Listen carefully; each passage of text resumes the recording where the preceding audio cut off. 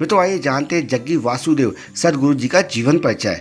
मित्रों सदगुरु जग्गी वासुदेव का जन्म 3 सितंबर 1957 को कर्नाटक के मैसूर में एक संपन्न तेलुगु परिवार में हुआ था।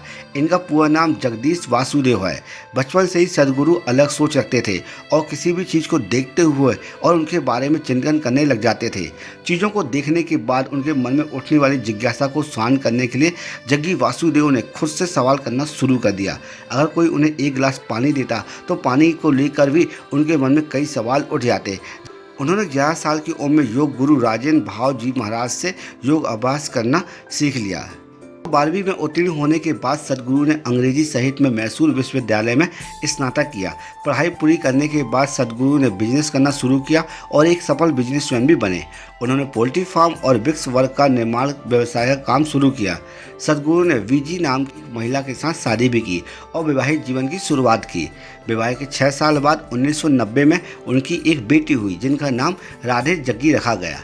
सन 1997 में उनकी पत्नी वीजी ने महासमाधि लेकर इस दुनिया को अलविदा कह दिया।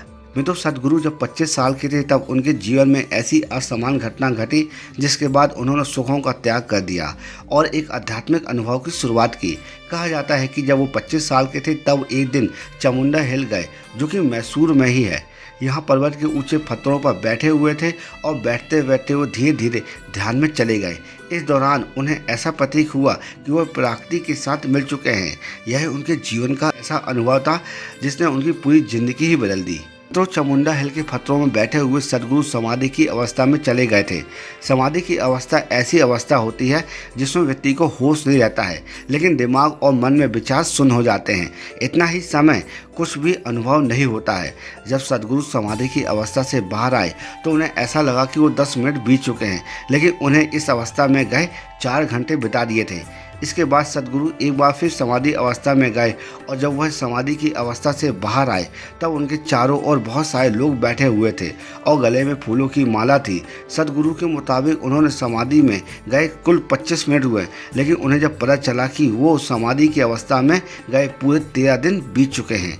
मित्रों इसके बाद सदगुरु ने यह तय किया कि अब वे इस अद्भुत अनुभव से सभी को अवगत कराएंगे। इसके बाद सदगुरु ने अपना बिजनेस भी छोड़ दिया और इस अनुभव का ज्ञान लोगों में बांटने लगे।